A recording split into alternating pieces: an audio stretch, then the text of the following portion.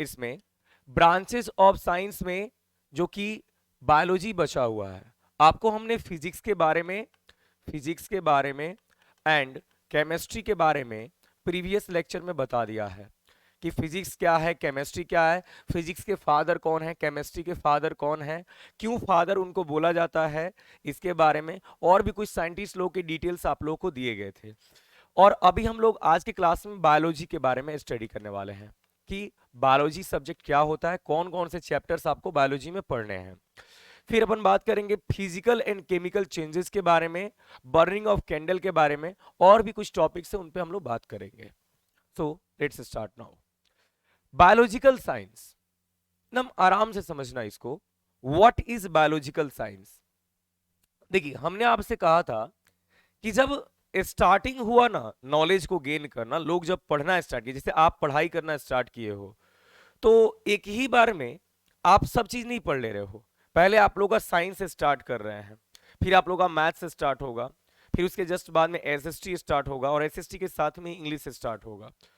लेकिन अब हम क्या करें, अभी हम थोड़ा देर साइंस पढ़ाएं, एक टॉपिक को खत्म करें, उतर के हम बाहर चले जाएं, बाहर से एसएसटी वाले सर को भेजें, वो आएंगे, अब आके यहाँ पर थोड़ा देर एसएसटी पढ़ाएंगे, 2 मिनट 3 मिनट पढ़ा के फिर वो बाहर चले जाएं, फिर थोड़ी देर बाद इंग्लिश वाले सर आए, वो आके आपका ग्रामर स्टार्ट करें, फिर वो बाहर चले जाएं, फिर हम तो आए। तो ऐसे तो हो गया फिर क्लास? नहीं, ऐसे नहीं होगा। हम लोगों को इसे कैटेगराइज करना पड़ेगा। साइंस अलग क्लास चले, मैथ्स अलग क्लास चले, एसएसटी अलग चले, इंग्लिश अलग चले। तो वैसे ही बाबू लोग जब नॉलेज मिलना स्टार्ट किया ना, तो नॉलेज को अलग अलग कैटेगरी में बांटा गया। और सबसे पहले साइंस को 2 कैटेगरी में बांटा गया था। सबसे पहले साइंस को 2 कैटेगरी में बांटा गया था। एक लिविंग साइंस के नाम से था, लिविंग, और दूसरा था नॉन लिविंग। दूसरा था नॉन लिविंग, मतलब जानकारी। साइंस का मतलब है नॉलेज, साइंस का मतलब है नॉलेज। लेकिन ये जो नॉलेज है ना, वो किस चीज के बारे में? इस पूरे यूनिवर्स में नॉलेज 2 ही चीजों के बारे में होती है स्टूडेंट्स, एक लिविंग के बारे में होती है और एक नॉन लिविंग के बारे में होती है। आप किसी और चीज को जानते हो जो लिविंग या नॉन लिविंग के अलावा हो? नहीं जानते, बिकॉज इस लिविंग या नॉन लिविंग के अलावा कुछ होता ही नहीं है। हाँ, अब आगे चलेंगे हम लोग तो पढ़ेंगे वायरस के बारे में, जो ना तो लिविंग है और ना ही नॉन लिविंग है, दोनों में से कुछ भी नहीं है। वो बाउंड्री लाइन पे होता है लिविंग और नॉन लिविंग के। लेकिन हाँ, अगर हम उसे मानना होगा कब, तो जैसे हमारी बॉडी में होगा तो लिविंग मान लेंगे, हमारे बॉडी के बाहर होगा तो नॉन लिविंग मान लेंगे। बस यही उसकी कहानी है। इन दोनों को छोड़ के बाकी इस दुनिया में कोई चीज नहीं है, या तो लिविंग है या तो नॉन लिविंग है। मतलब आप जो भी नॉलेज बाबू गेन करते हो, वो नॉलेज आपको या तो लिविंग के बारे में होता है या तो नॉन लिविंग के बारे में होता है। अब लिविंग कौन? तो जिसमें लाइफ है, जिसमें लाइफ है वो लिविंग है, जिसमें जिंदगी है, लाइफ है, उनको लिविंग बोलेंगे। और बाकी जो नहीं है वो नॉन लिविंग में चले जाएंगे। जैसे ये मार्कर, ये स्टाइलस है, ये स्टाइलस जिससे हम यहां पे लिख रहे हैं, ये स्टाइलस नॉन लिविंग है, क्योंकि इसके अंदर किसी भी तरह की लाइफ नहीं है। लेकिन अगर हम खुद की बात करें तो हम लिविंग है, हमारे अंदर लाइफ है। Trust me, I have life. So we can say that living and non-living, there are 2 branches of science. And then living science को एक दूसरा नाम भी दिया गया, और बायोलॉजिकल साइंस, इसी का नाम है बायोलॉजिकल साइंस, जो अभी आप लोग पढ़ रहे हैं। मतलब the science in which we study about life या लिविंग्स। एक ऐसा साइंस जिसमें हम लिविंग्स के बारे में पढ़ें या लाइफ के बारे में पढ़ें, उसी को बायोलॉजिकल साइंस बोलेंगे। बायोलॉजिकल साइंस, दुनिया के स्टार्टिंग से ये लिविंग साइंस के नाम से जाना जाता था। 200 साल पहले, 200 साल पहले, यहां से 200 years ago, means it was the time about 1801 to 2। इस समय 2 साइंटिस्ट लोगों ने मिलके कहा, यार कितना दिन लिविंग को लिविंग के नाम से बुलाएंगे, कुछ नया नाम रखा जाए। तो लिविंग का नाम रख दिया गया बायोलॉजिकल साइंस, बायोलॉजी रख दिया गया, बायोलॉजी। लिविंग का नाम बदल के 2 साइंटिस्ट लोग थे, एक थे ट्रेविरेनस और एक थे लैमार्क, पढ़ाएंगे अभी। तो ये समझ गए आप? तो बायोलॉजिकल साइंस इसी को कहते हैं, बायोलॉजिकल, जिसमें हम लिविंग से स्टडी करते हैं। मतलब अगर हमें प्लांट के बारे में पढ़ना होगा तो हम बायोलॉजिकल साइंस में पढ़ेंगे, अगर हमें बैक्टीरिया के बारे में पढ़ना होगा तो हम बायोलॉजिकल साइंस में पढ़ेंगे, अगर हमें किसी डॉग के बारे में पढ़ना होगा तो हम बायोलॉजिकल साइंस में पढ़ेंगे।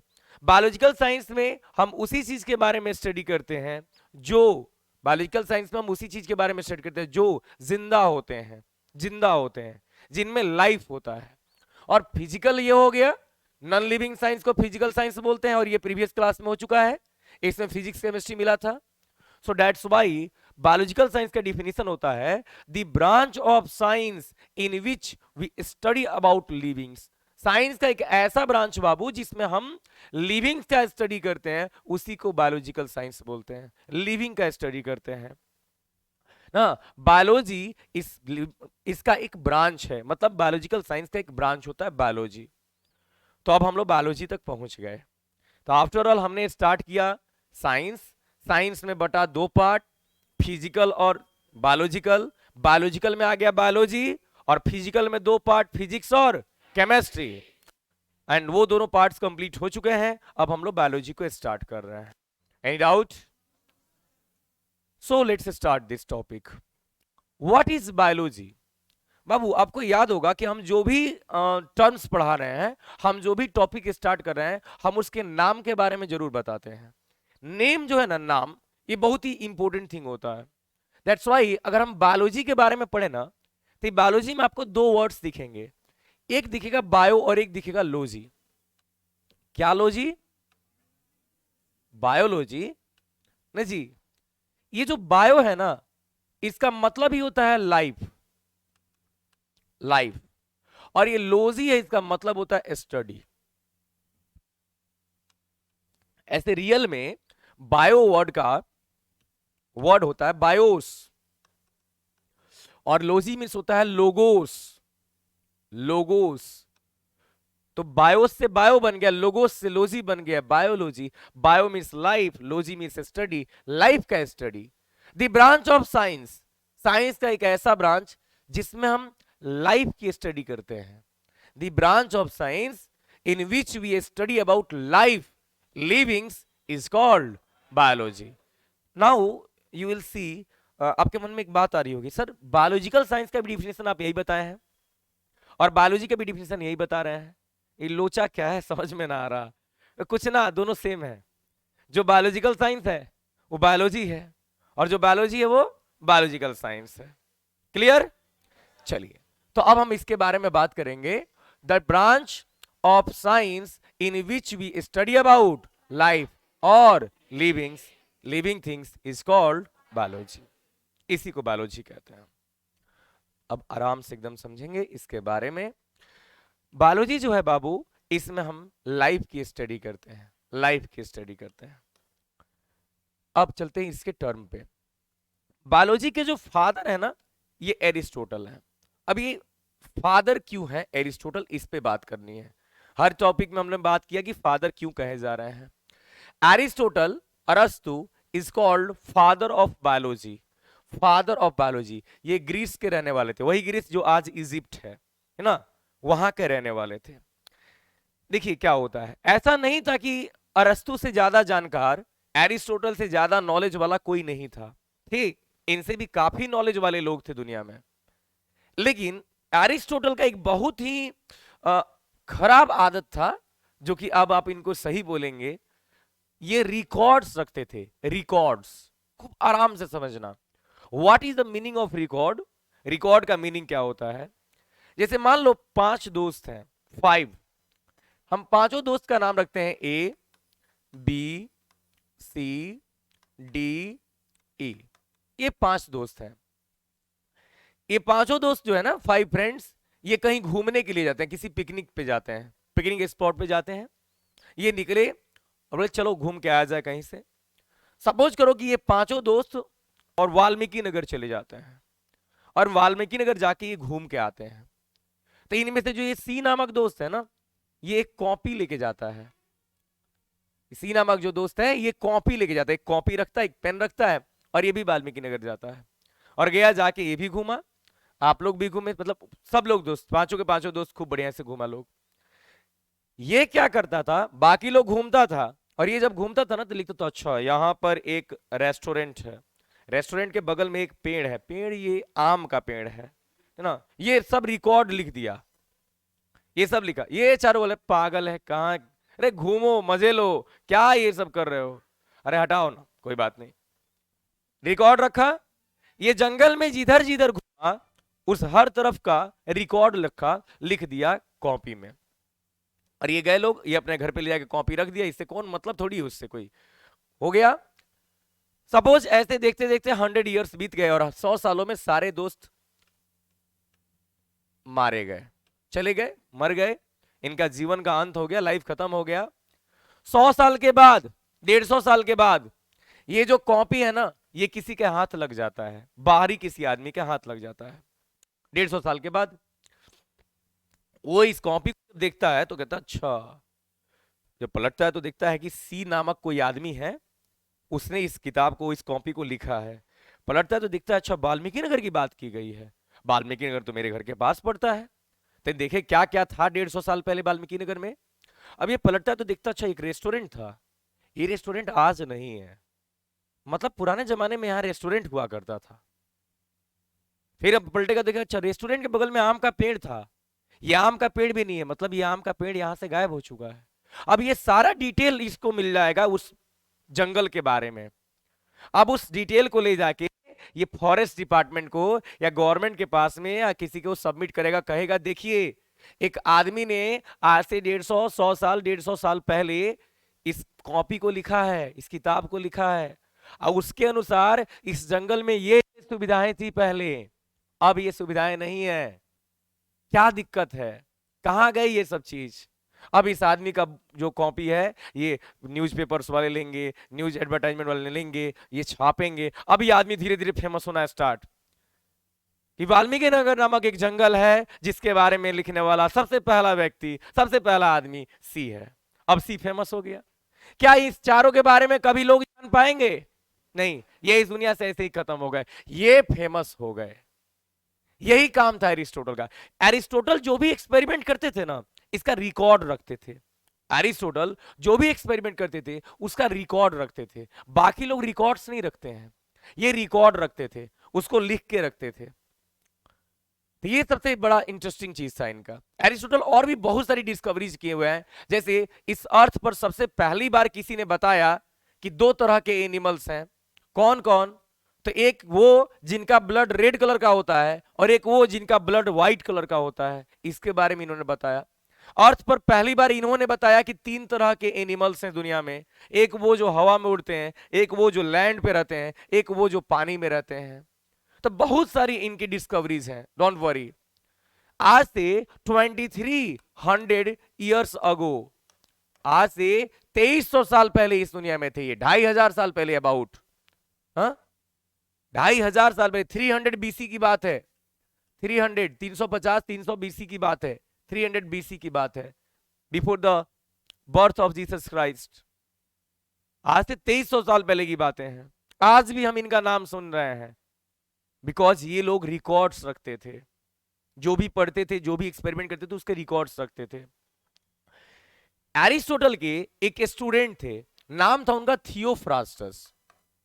थियोफ्रास्टस ये एरिस्टोटल के स्टूडेंट थे, नाम था थियोफ्रास्टस।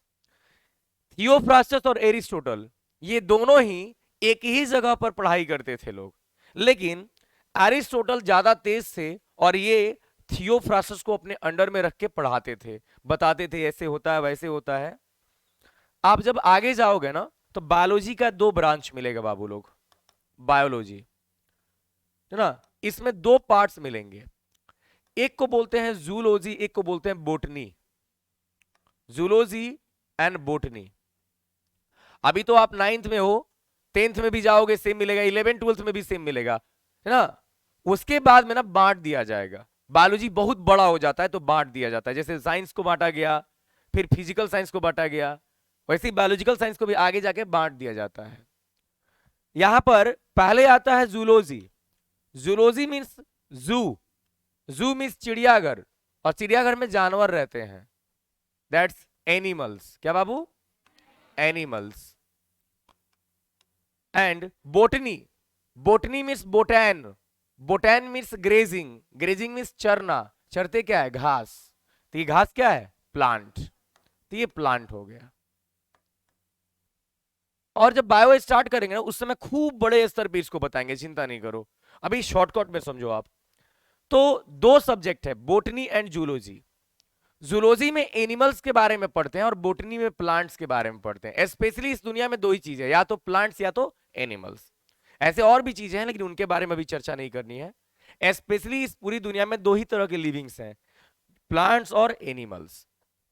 तो अगर आपको एनिमल्स में ज्यादा इंटरेस्ट है पढ़ने के लिए तब आप जूलॉजी लेके पढ़ोगे आगे, और अगर आपको प्लांट्स में ज्यादा इंटरेस्ट है तब अब आप जब आगे जाओगे 12th क्लास के बाद जाओगे तब आप बोटनी लेके पढ़ाई करोगे।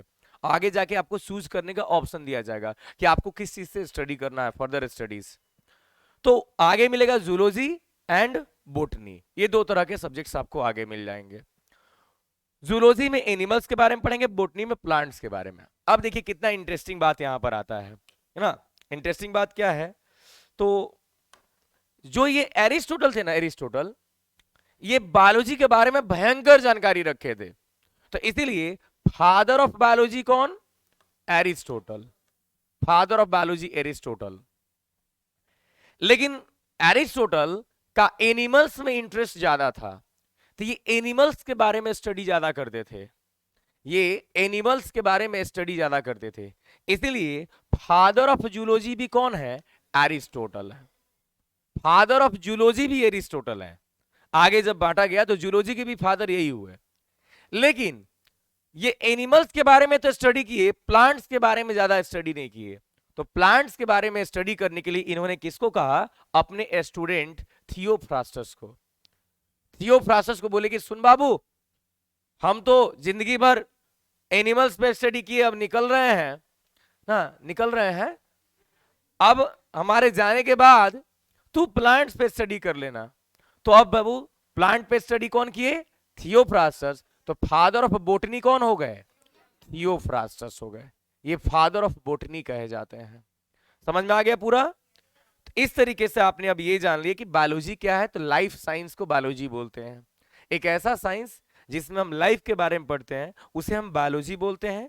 बायोलॉजी जो है ये लाइफ का स्टडी होता है। बायोलॉजी में, बायोलॉजी के जो फादर है वो एरिस्टोटल है। बायोलॉजी को आगे जाके दो पार्ट्स में डिवाइड किया जाता है, जूलॉजी एंड बोटनी। और जूलॉजी के लिए एनिमल साइंस होता है और जूलॉजी के फादर एरिस्टोटल। अब बोटनी के लिए प्लांट साइंस होता है और बोटनी के फादर थियोफ्रास्टस।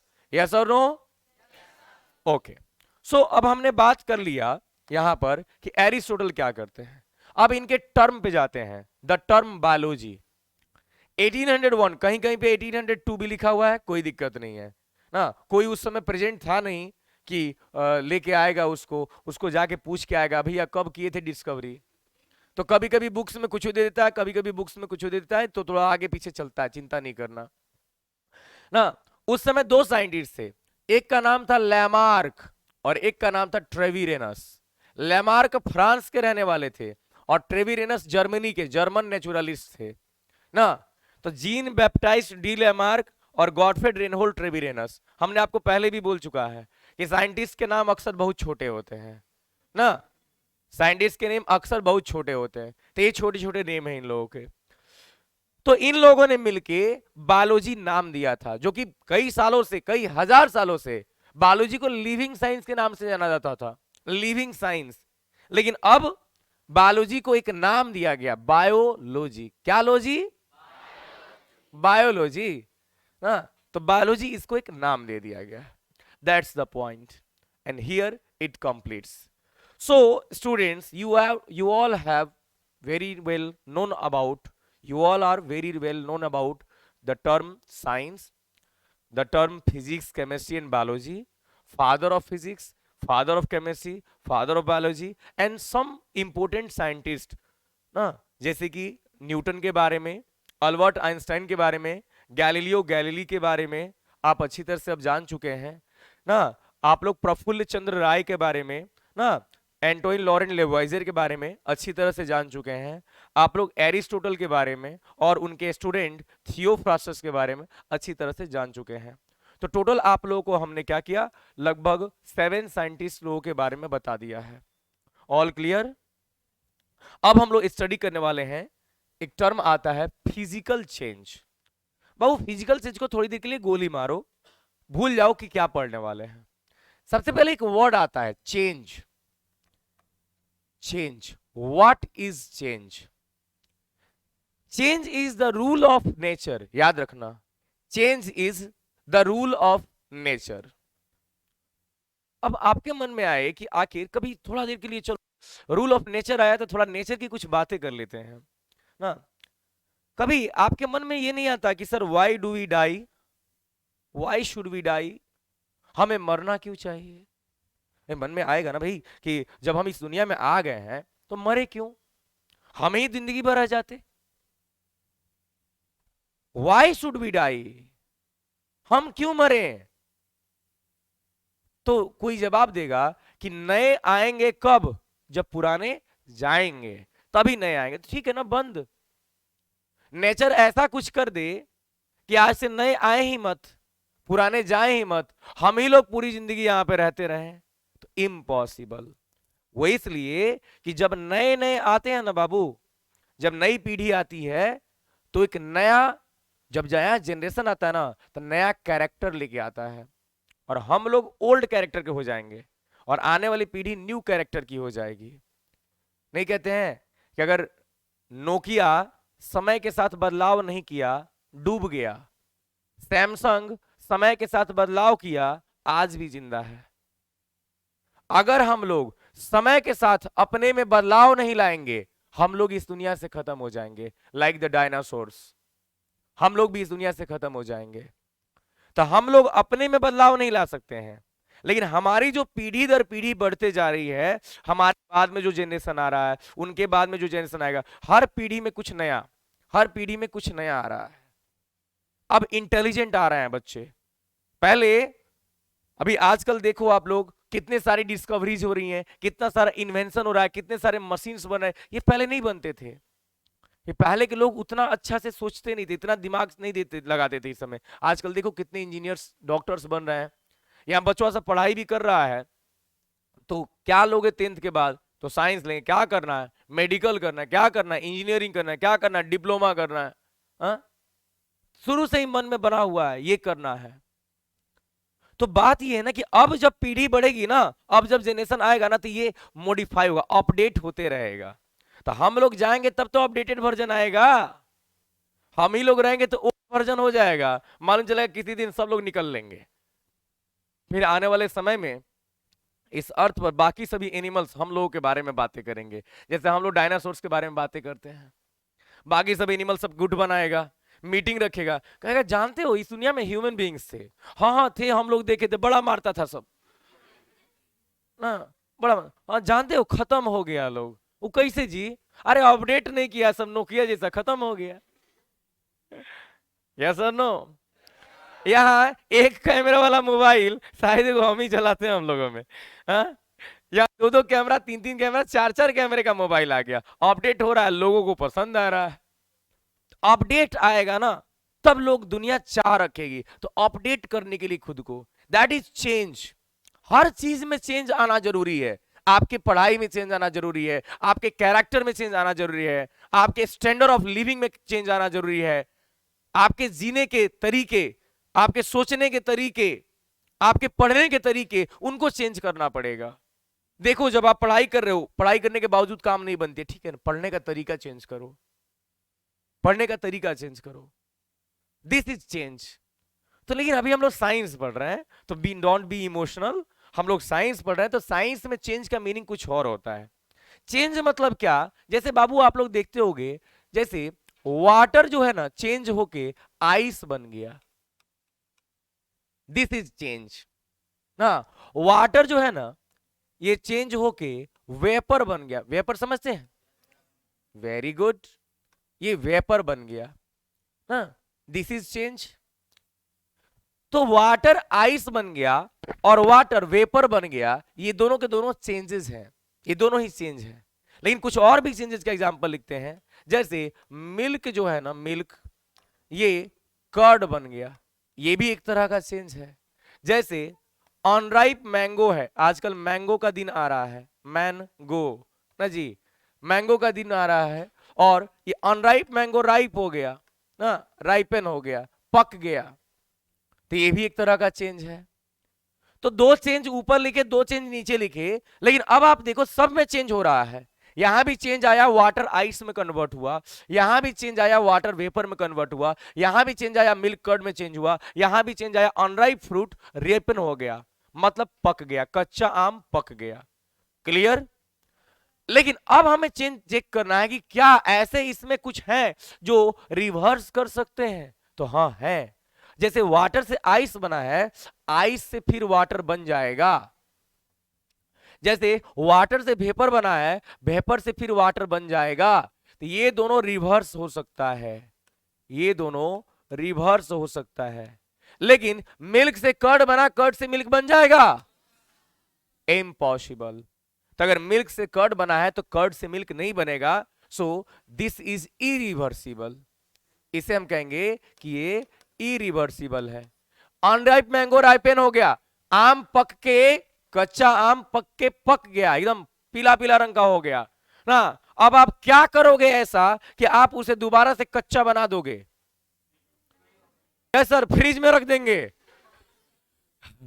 नहीं, it is impossible to make it again unripe ना। हम इसे कच्चा बना ही नहीं सकते, इम्पॉसिबल है। सो दैट्स वाई ये इरिवर्सिबल रिएक्शन है। तो देखो, रिवर्सिबल रिएक्शन जो होते हैं ना, इन्हें बोलते हैं फिजिकल चेंज। क्या बाबू? Physical change. इसको फिजिकल चेंज बोलते हैं। और जो इरिवर्सिबल होते हैं इनको बोलते हैं केमिकल चेंज। इनको केमिकल चेंज बोलते हैं, केमिकल चेंज बोलते हैं। तो ऐसा रिएक्शन जो रिवर्सिबल होता है वो फिजिकल चेंज है, और ऐसा रिएक्शन जो रिवर्सिबल नहीं होता है वो केमिकल चेंज है। और एक डिफिनेशन आप देख सकते हो इसके साथ में कि एक ऐसा चेंज जिसमें no new substance is formed, कोई नया सब्सटेंस नहीं बनता है, उसे बोलते हैं फिजिकल चेंज। कुछ नया नहीं बनेगा, कुछ नया नहीं बनेगा, इसे बोलेंगे फिजिकल चेंज। जैसे आप एक काम करो, पानी लो, उस पानी में नमक डाल दो, उस पानी में नमक डाल दो। अब देखो तो उसको मिलाने के बाद क्या कोई नया चीज बना? नहीं बना, कुछ नया नहीं बना। पानी पानी है, नमक नमक है, कुछ नया नहीं बना। इसका मतलब क्या हुआ? No new substance is formed. वो कौन सा चेंज कहलाएगा? Physical change. क्या कहलाएगा? लेकिन chemical change, new substance is formed, new substance is formed, इसमें नया सब्सटेंस बनेगा। जैसे आप एक काम करो, लकड़ी ले लो, लकड़ी, वुड, आप वुड ले लो, वुड ले लो, इस वुड में आग लगा दो, देखोगे वुड जलेगा, इसमें से कार्बन डाइऑक्साइड गैस बनेगा, न्यू सब्सटेंस इज फॉर्म्ड। कौन? कार्बन डाइऑक्साइड, न्यू सब्सटेंस बन गया। अब थोड़ा ट्राई करो तो, लकड़ी को जला के आपने गैस बना दिया, थोड़ा कुछ ऐसा करो कि उस फिर से कार्बन डाइऑक्साइड से लकड़ी बना दो। नहीं, हम तो भाई मान लो कि हमारा लकड़ी है, कोई आपने जला दिया, हमको वही लकड़ी चाहिए। वो बचवा सब नहीं होता छोटका छोटका घर पे, हमको वही आइसक्रीम चाहिए, हमारा आइसक्रीम तुम क्यों खाए, हमको हमारा आइसक्रीम चाहिए तो चाहिए। हाँ, वही दो चार लबेदा लगेगा सब बन, हाँ, दो चार स्टिक लगेगा, दो चार चप्पल बजेगा, सब ठीक है। हमारे घर का मतलब आप तो जानबे करते हो ना, हम लोग की फैमिली का या फिर बिहार में या इंडिया में तो सबसे सुंदर जो हथियार और इक्विपमेंट का है तो चप्पल ना जी। जहां देखो पापा मम्मी लेके भीड़ जाएंगे ना। तो एक बहुत बड़ा इक्विपमेंट है हमारे घर के लोगों के लिए, झाड़ू चप्पल, ये तो आराम की बात होती है ना। दो चार को गिरेगा, बचवा कहेगा ना नया आइसक्रीम भी चलेगा, दो चार को गिरेगा तो फिर क्या कहना, तबीयत खराब हो जाएगा, रहने दीजिए हम तो नहीं खाएंगे। So now you have understood about this. What is physical change and what is chemical change? Physical change is a change in which no new substance is formed and it is always irreversible. Chemical change is a type of change in which new substance is formed and in this process this is irreversible. This is irreversible.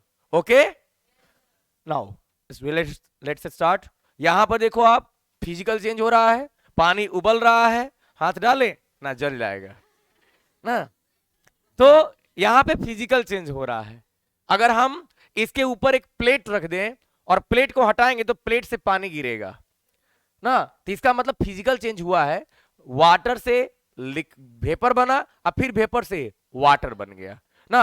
आप इसको देखो, यहां पर ice जो दिख रहा है आप लोगों को, बर्फ दिख रहा है, ये क्या है? फिजिकल चेंज है।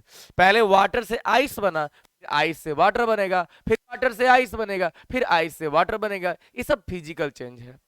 तो फिजिकल चेंज का मतलब होता है rearrangement of molecules but doesn't effect their internal structure. Internal structure में जब तक इफेक्ट नहीं पड़ेगा कोई नया सब्सटेंस नहीं बनेगा। ओके जैसे boiling of water, dissolving sugar in water, formation of ice, इसमें कुछ नया नहीं बनता है, ये सब रिवर्सिबल है। लेकिन कुछ ऐसे भी चेंजेस हैं जो रिवर्सिबल नहीं है और फिजिकल चेंज है। कुछ ऐसे भी चेंजेस हैं जो रिवर्सिबल नहीं है और फिजिकल चेंज है। जैसे सपोज करो कि हमने क्या किया, इस स्टिक को लिया। कुछ ऐसे चेंज भी हैं, जैसे इस स्टिक को लिया और इस स्टिक का नाम एलपी शर्मा है ना, तो इस स्टिक को हमने क्या किया, दो टुकड़ों में काट दिया, दो टुकड़ों में काट दिया।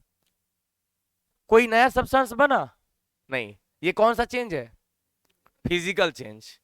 अब हम कहते नहीं तो भी इसको रिवर्सिबल करो, अब इसको जोड़ के दिखाओ, कैन यू? नेवर। आप इसे नहीं जोड़ सकते, जैसा ये था आप वैसा कभी नहीं कर पाओगे। अब इसमें एक लाइन बन जाएगा, दरार बन जाएगी, तो इसको हम लोग फिजिकल चेंज तो बोलेंगे, लेकिन ये इरिवर्सिबल है। तो याद रखिएगा कि अब आपके मन में आएगा ये तो डिफिनेशन गलत हो गया, रिवर्सिबल होगा तो फिजिकल और इरिवर्सिबल होगा तो केमिकल। अब सर क्या होगा डिफिनेशन? तो बस एक ही डिफिनेशन, नया सब्सटेंस बनेगा तो केमिकल और नहीं बनेगा तो फिजिकल। नया सब्सटेंस बनेगा तो केमिकल, नहीं बना तो फिजिकल। अब जैसे बात करते हैं केमिकल चेंज के बारे में, तो देखो यहां पर आपको एक गाड़ी दिख रही होगी, अंग्रेजों की जमाने की गाड़ी है ना। देखो यहां पर ये रस्टिंग होके पूरा झड़ गया है, पूरा झड़ गया, रस्टिंग होके पूरी गाड़ी झड़ चुकी है, एकदम खत्म। तो ये कभी क्या हम दोबारा से ये जो रस्ट यहां से टूट के नीचे गिर गया होगा, फिर उठा के इसको जोड़ सकते हैं? फिर हम लोहे से जो रस्ट बन गया है, रस्ट से लोहा बना सकते हैं? तो हम इसको बोलेंगे केमिकल चेंज। क्या बाबू? जैसे आप इसे देखो ना, दूध से दही बना दिया गया, क्या दही से दूध बनेगा? नहीं बनेगा। So this is chemical change. So what is chemical change? Chemical change में जो होता है, results in the formation of new chemical substance, नया केमिकल सब्सटेंस बनता है। जैसे आयरन का रस्टिंग, जब आयरन में जंग लगता है ना, लोहे में जंग लग जाता है, रस्टिंग हो जाता है लोहे का, then in that case iron oxide is formed. Iron oxide का फॉर्मेशन होता है, पढ़ाएंगे इसमें आगे आप लोग। रुको जी, आगे आप लोगों का टॉपिक आएगा, है ना। मिल्क सावरिंग ना, मिल्क सावरिंग, इसमें लैक्टिक एसिड बनता है और लैक्टिक एसिड के कारण, देखो बात ये होती है ना कि मिल्क जब सावर होता है ना, दूध जब दही में कन्वर्ट होता है, या दूध के अंदर जो होता है ना, लैक्टोबैसिलस नामक बैक्टीरिया होते हैं ना। बैक्टीरिया प्लूरल वर्ड है, बैक्टीरियम उसका सिंगुलर होता है। तो लैक्टोबैसिलस नामक बैक्टीरियम होते हैं और ये लोग क्या करते हैं, लैक्टिक एसिड प्रोड्यूस करते हैं, जिसके कारण दही खट्टा लगता है, दूध खट्टा नहीं लगता है। इसलिए जैसे ही ये सावरिंग होगा ना, इसमें लैक्टिक एसिड बन जाएगा। तो lactic acid is new substance, yes और no? Very good. So here now comes the topic burning of candle. हम आखिर इस टॉपिक को यहां पे क्यों लाए पता है? कि केमिकल चेंज और फिजिकल चेंज एक ऐसी जगह जहां फिजिकल चेंज भी हो रही हो और केमिकल चेंज भी हो रही, दोनों साथ साथ। फिजिकल चेंज भी हो रहा है और केमिकल चेंज भी हो रहा है। देखो यहां पे, जैसे ये क्या है, रुको जी अभी नहीं है, हाँ ये है वैक्स, और ये जो ऊपर जल रहा है ना, इसकी गर्मी से इसके हीट से ये जो वैक्स है ना, ये पहले यहां पर लिक्विड बन जा रहा है। मतलब वैक्स किस में कन्वर्ट हो जा रहा है बाबू मेरे? लिक्विड में कन्वर्ट हो जा रहा है। अच्छा एक बात बताओ, चाहे तो फिर लिक्विड से वैक्स बना देंगे कि नहीं? बन जाएगा। मतलब ये एक तरह का फिजिकल चेंज है, ये एक तरह का फिजिकल चेंज है, फिजिकल चेंज। लेकिन अगर हम यहां पर देखें तो ये जो लिक्विड है, ये लिक्विड जल के ऊपर जा रहा है और कार्बन डाइऑक्साइड बन जा रहा है, CO2 बन के ऊपर चला जा रहा है। जल गया तो कार्बन डाइऑक्साइड बन गया, तो लिक्विड से जो कार्बन डाइऑक्साइड बना, क्या हम फिर कार्बन डाइऑक्साइड से लिक्विड बना सकते हैं? ये एक न्यू सब्सटेंस है। तो यहां पर क्या हुआ बाबू मेरे? केमिकल चेंज हो गया। ये एक तरह का केमिकल चेंज हो गया। So physical change and chemical change दोनों साथ साथ हो रहा है, दोनों एक साथ हो रहा है। That's why we can say this is a perfect example of both physical change and chemical change. कौन? Burning of candle. सो क्या होता है बर्निंग ऑफ कैंडल में? Burning of candle is a chemical change, whereas melting of candle is physical change. Why? क्यों? तो भाई हम जानते हैं कि जब बर्निंग ऑफ कैंडल होता है तो कार्बन डाइऑक्साइड बनता है। क्या? When candle Burns it produces carbon dioxide, and carbon dioxide is a new substance. Carbon dioxide is a new substance. Carbon dioxide is a new substance. So new substance बना तो हम लोग क्या बोलेंगे? Burning of candle is a chemical change, new substance बना है। लेकिन वही जब ये वैक्स मेल्ट करता है, कैंडल मेल्ट करता है, तो मेल्ट करने के बाद में ये जलता है, तो मेल्ट जो होता है ना, इस मेल्टिंग को बोलते हैं क्या? फिजिकल चेंज, इसी को बोलते हैं। तो वही बातें यहां पर दी गई हैं। CO2 बनेगा तो chemical change, no new substance is formed तो physical change. All clear? So all clear यहां तक। अब एक टॉपिक स्टार्ट होता है यहां पे बाबू, मतलब टोटली आप लोगों का जो बेसिक था वो कंप्लीट कर चुके हैं हम। बेसिक जो है साइंस का वो कंप्लीट कर दिए। अब यहां से एग्जैक्टली न्यू टॉपिक स्टार्ट होता है, नया टॉपिक, और वो है सम इंपोर्टेंट एलिमेंट्स। बाबू सम इंपोर्टेंट एलिमेंट्स नहीं है, सारे एलिमेंट्स ही इंपोर्टेंट हैं। देखो बात क्या है, नाम सुने होंगे आपने पीरियोडिक टेबल का।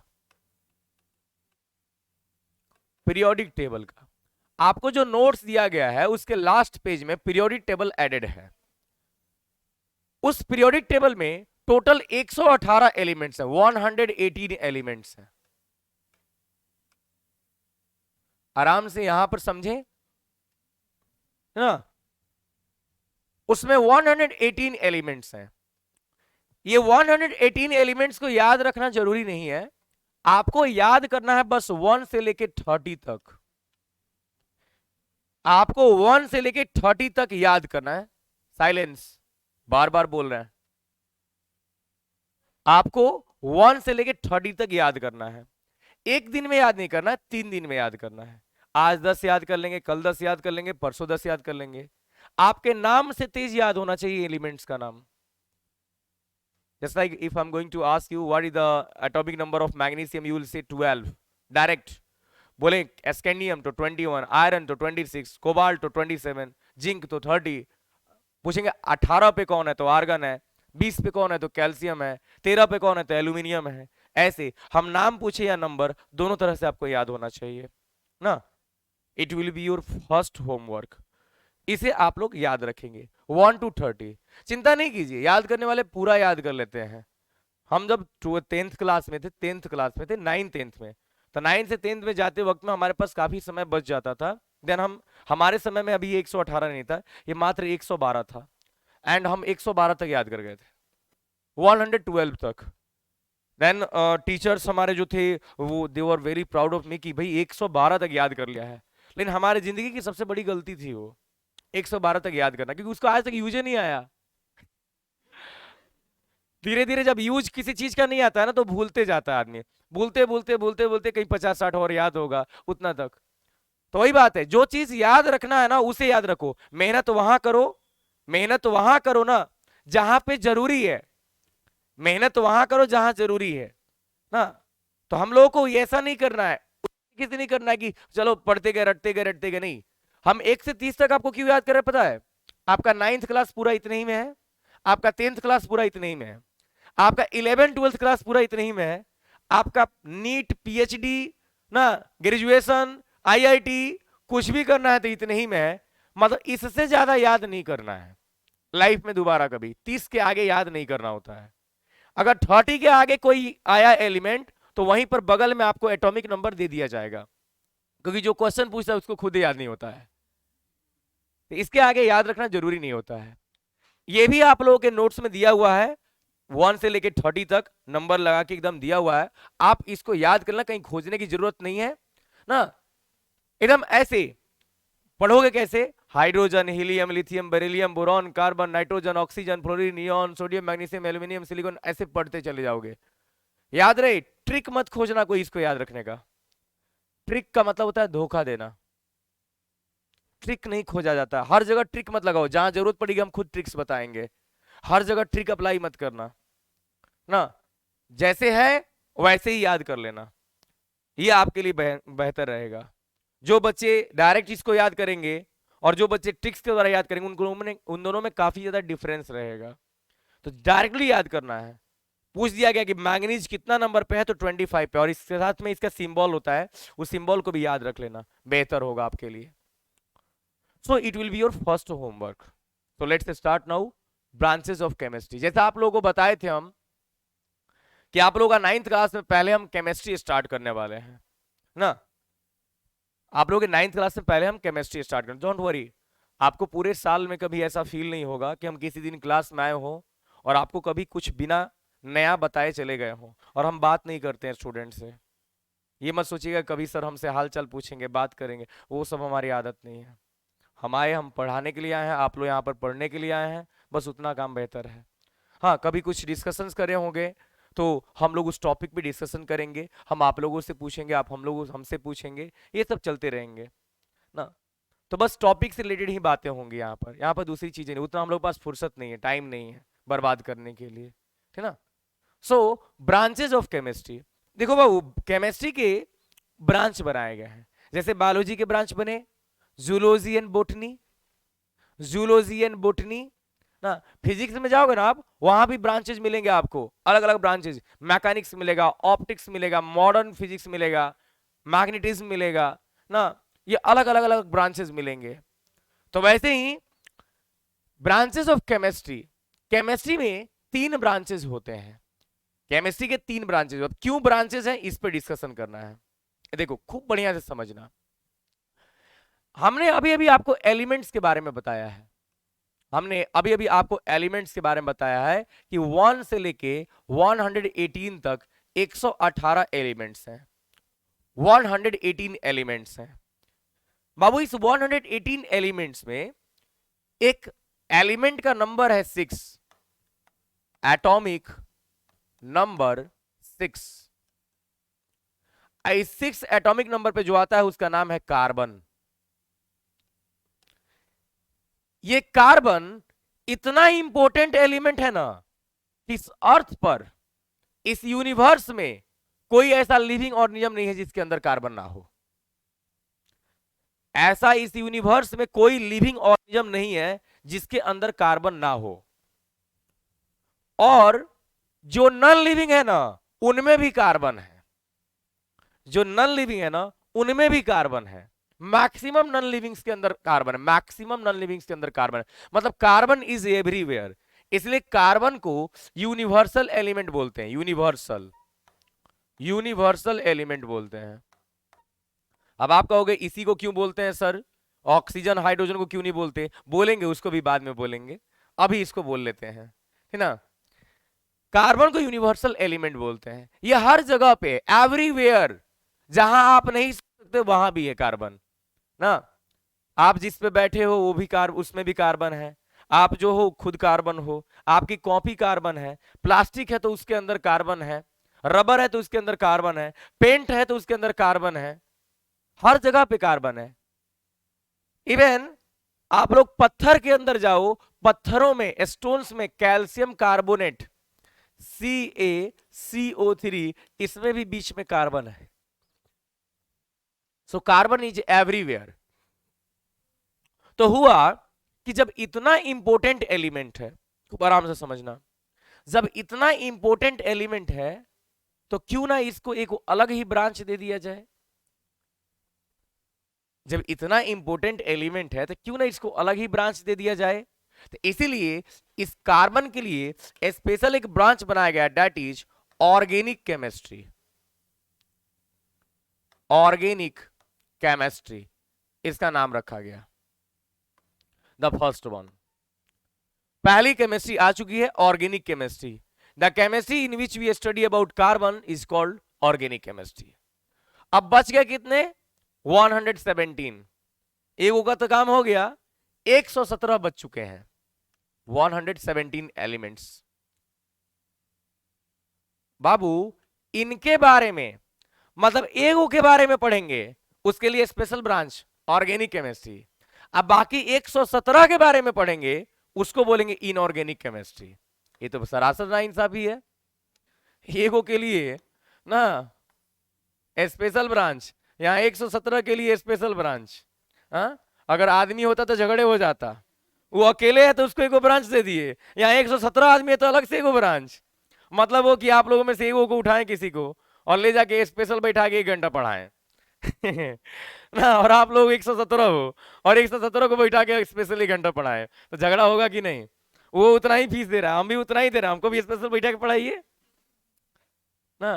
तो बात यह है कि ये यूनिवर्सल एलिमेंट है, हर जगह पे है। ये लोग हर जगह पे नहीं होता है, शायद ही कहीं गलती से मिल जाता है लोग, वो मिलेगा मिलेगा नहीं मिलेगा ना। तो थोड़ा सा ज्यादा इन लोगों पे फोकस करना होता है। एक और ब्रांच होता है बाबू लोग, जिसे हम कहते हैं फिजिकल केमिस्ट्री। फिजिकल केमिस्ट्री, देखो बात क्या है कि जब केमिस्ट्री में फिजिकल टर्म्स का यूज होता है, जैसे बात अगर मोशन की जाने लगे, मोशन की बात अगर हीट की जाने लगे, बात अगर एनर्जी की जाने लगे, एक्सेट्रा, तो ऐसा केमिस्ट्री का ब्रांच जिसमें हम फिजिकल टर्म्स को यूज करते हैं, फिजिक्स की चीजों का यूज करते हैं। जैसे आप 6, 7, 8 में जब पढ़ रहे थे तो आपको मोशन मिला होगा, एनर्जी मिला होगा, हीट मिला होगा, ये सब किसमें मिला है? फिजिक्स में। तो जब आप 6, 7, 8 पढ़ते फिजिक्स में मिला, तो ये सब फिजिकल चीजें हैं। तो जब फिजिकल टर्म्स को केमिस्ट्री में अप्लाई करते हैं ना, तो उसको एक अलग ब्रांच दे देते हैं, उसका नाम हो जाता है फिजिकल केमिस्ट्री। क्या बाबू? Physical chemistry. आपको ये जान के बड़ा खुशी होगा कि आपके क्लास का जितना भी चैप्टर है केमिस्ट्री में, वह सब फिजिकल केमिस्ट्री है। आपके क्लास में जितना भी केमिस्ट्री में चैप्टर है वो सब फिजिकल केमिस्ट्री है। हाँ, लास्ट वाला 2 चैप्टर को कभी कभी लोग कहता है इनऑर्गेनिक है, कभी कभी वो लोग कहता है इनऑर्गेनिक है, लेकिन सब फिजिकल है, don't worry.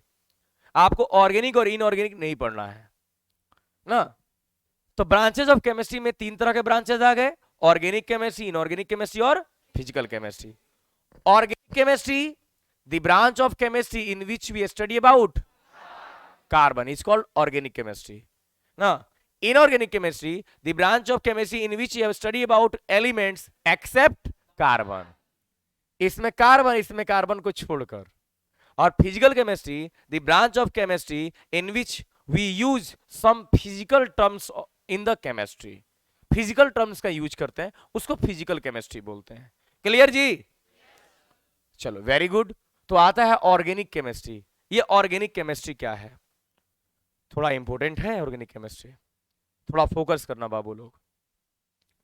Y is organic chemistry? पहले ये जान ले कि ऑर्गेनिक केमिस्ट्री का नाम ऑर्गेनिक क्यों पड़ा। बाबू अभी अभी हमने आपको बोला कि कार्बन हर लिविंग के बॉडी में है, और लिविंग जितने भी है ना, इनको मालूम है क्या बोलते हैं? ऑर्गेनिजम्स बोलते हैं जी, ऑर्गेनिजम्स। तो ऑर्गेनिजम्स,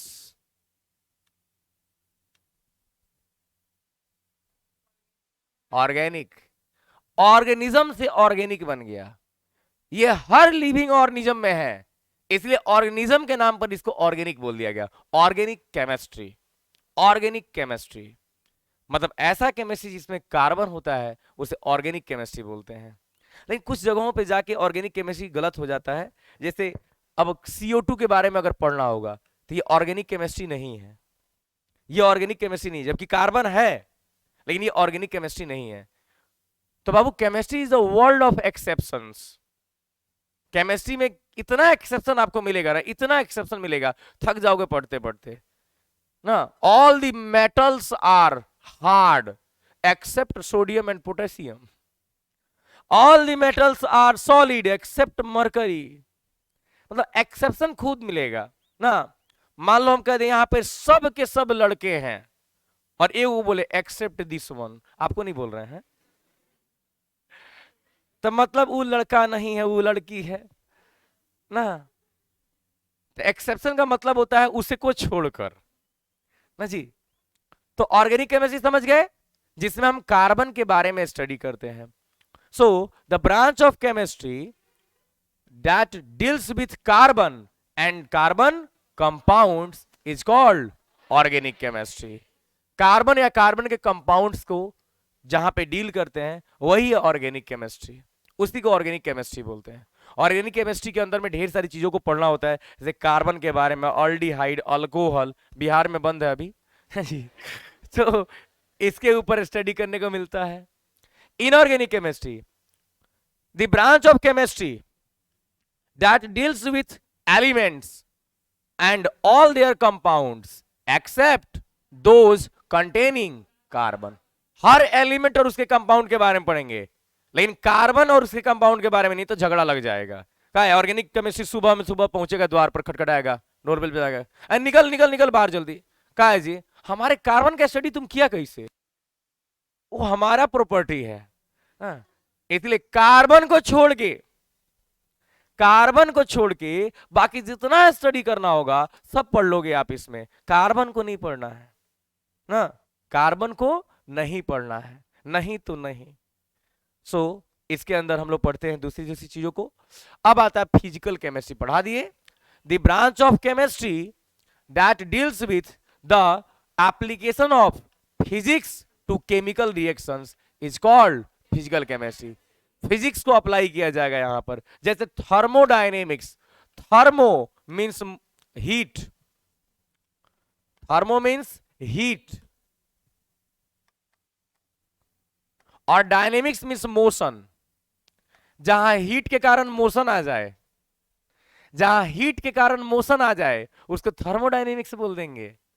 जहां हीट के कारण मोशन आ जाए उसे थर्मोडायनेमिक्स बोल देंगे। जब आप वाटर को गर्म करते हो तो हीट करते हो, और जब हीट करते हो तो वाटर में मोशन आ जाता है, थर्मोडायनेमिक्स।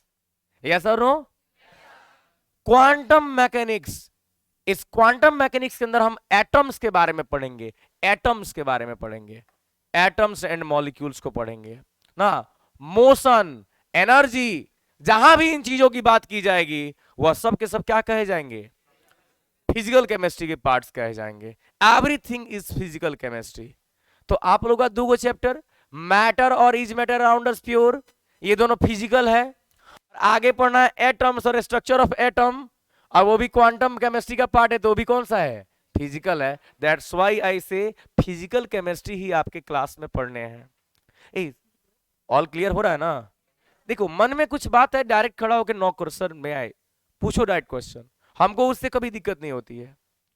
लेकिन समझो, हम कहानियां स्टोरीज बना बना के हर चीज समझाने का प्रयास करेंगे टोटली। हाँ, थोड़ा सा लेवल हाई लेके चलेंगे। हम बबुआ नहीं पढ़ाते हैं, छोटा छोटा टॉपिक नहीं पढ़ाते हैं। हाँ, पढ़ाएंगे, सब पढ़ाएंगे, लेकिन हाँ लेवल को हाई तक ले जाएंगे, ताकि आपके सोचने समझने की क्षमता थोड़ी सी इंप्रूव हो। देखो 8th क्लास 7th क्लास तो आपका बर्बाद कर दिया कोरोना, तो 7 8 में आपको कोरोना खा गया, तो 9th में आप कोरोना को खाओगे ना। यस और नो? चलो, वैसे बच्चे खड़े होंगे जो लोग कल और परसों का क्लास नहीं किए हैं। कोई ऐसा है जो कल और परसों के क्लास नहीं किया है? ओके, आप लोग 1 मिनट के लिए खड़े रहेंगे, यहां का रिवाज है ना। चलिए, तो बात यह है कि फिजिकल केमिस्ट्री के ही सारे चैप्टर्स हैं आप लोगों के, और ऐसे 4 चैप्टर्स हैं। पहला है मैटर्स इन आवर सराउंडिंग्स, दूसरा है is matter around us pure, तीसरा है एटम्स एंड मॉलिक्यूल्स, और चौथा है structure of atoms. Matters in our surrounding में क्या पढ़ना है, हमारे सराउंडिंग, मतलब आप जहां भी बैठे हो ना, तो आपके अगल बगल में जो सराउंडिंग है, आप जिस भी चीज को देख सकते हो वह सब मैटर है, वह सब मैटर है। अब लाइट को नहीं देख सकते हो तो लाइट मैटर नहीं है। हमारे पास कैपेसिटी नहीं हम लाइट को देख सकें, हम लाइट के हेल्प से किसी चीज को देखते हैं, लाइट को नहीं देख सकते हैं। जैसे देखो तो इस मरकरी से लाइट निकल के हमारे बॉडी पर आ रहा है, तो ये जो बीच वाला लाइन दिखाई दे रहा है ये वाला, नहीं सर, लाइट को नहीं देख सकते अपन, तो लाइट एनर्जी है, लाइट मैटर नहीं है। तो हम लोग पहला चैप्टर पढ़ेंगे मैटर्स इन आवर सराउंडिंग्स। हमारे सराउंडिंग में, हमारे आसपास में कौन कौन मैटर है उसे पहचानेंगे। और कल के क्लास में आप लोगों का matters in our surrounding chapter start हो जाएगा। Means your syllabus will be started tomorrow. कल के क्लास में आपका matters in our surrounding chapter start होगा। फिर अब मैटर जब पढ़ लेंगे ना कि हमारे आसपास के, हमारे अगल बगल में कौन कौन मैटर है, जब हम इसको पूरी तरह से पढ़ लेंगे then we will start with is matter around us pure. पहले तो हम ये जान गए कि हमारे आसपास में कौन मैटर है, तब हम ये जानेंगे कि हमारे आसपास के मैटर्स में कौन प्योर है और कौन इम्प्योर है। प्योर है तो ठीक है, अगर इम्प्योर है तो हम कैसे उसको प्योर करें इसके बारे में पढ़ेंगे। फिर पढ़ेंगे third chapter atoms and molecules, और फिर fourth chapter structure of atoms. इस पे हम लोग डिस्कशंस करेंगे। Just wait time.